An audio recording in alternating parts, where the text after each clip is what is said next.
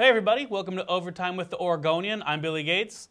That's Mr. Pete Christopher, and today it's kind of a somber subject, but it impacts the game so much we feel like we have to talk about it. We're going to talk about injuries on the football field.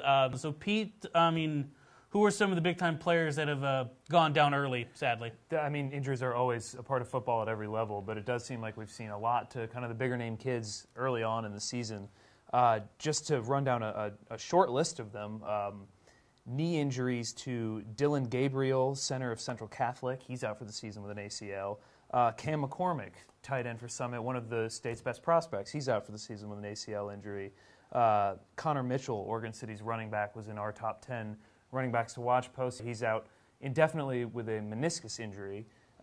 Easton Bentz, Grants Pass quarterback, out for the season with a knee injury. Another one we didn't see on the field last week was Elijah Molden, West Lynn star. He's out with a concussion, although he's expected to play in week 3. But that's a lot of injuries already just through the first 2 weeks that could really start to affect some of these conference races. Yeah, it's so unfortunate to see kids go down like that early in the season. Last year, week 3, Sheldon quarterback Justin Herbert breaks his leg.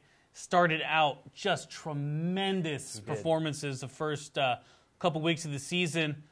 Thankfully, this season he's back, he's healthy, and man, is he slinging the football around the field. It is incredible. He threw for over 400 yards against Jesuit in that 61-55 double overtime thriller. It's really nice to see Herbert back in the fold and to really prove to everybody that, hey, last year's start wasn't a fluke and that he's for real, and that kid can absolutely wing the football. 6A, 5A, 4A media polls, not a ton of surprises in them, but there were some shifting.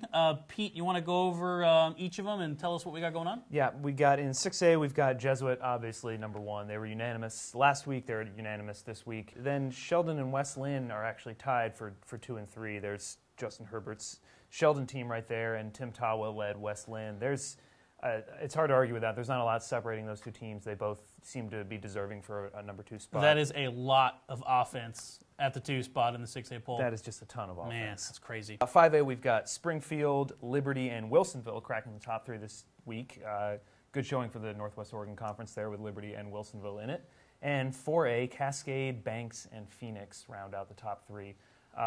Still early on, but some interesting movement in the polls. Yeah, interesting in 4A, North Bend losing to Astoria 22-20. I put North Bend at 2 on my ballot because I kind of figure that you lose to some team by 2, and maybe some kind of fluky things went on.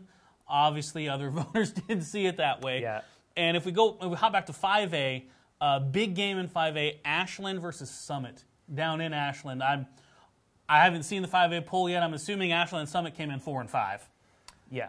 Wilsonville jumping over them is, to me, that's a pretty strong jump. If you want to see a bunch of stats, standings, game stories, photos, videos, we got you covered at Oregon Live. We got everything. Highschoolsports.oregonlive.com. Stick around. Game of the week. Get out there.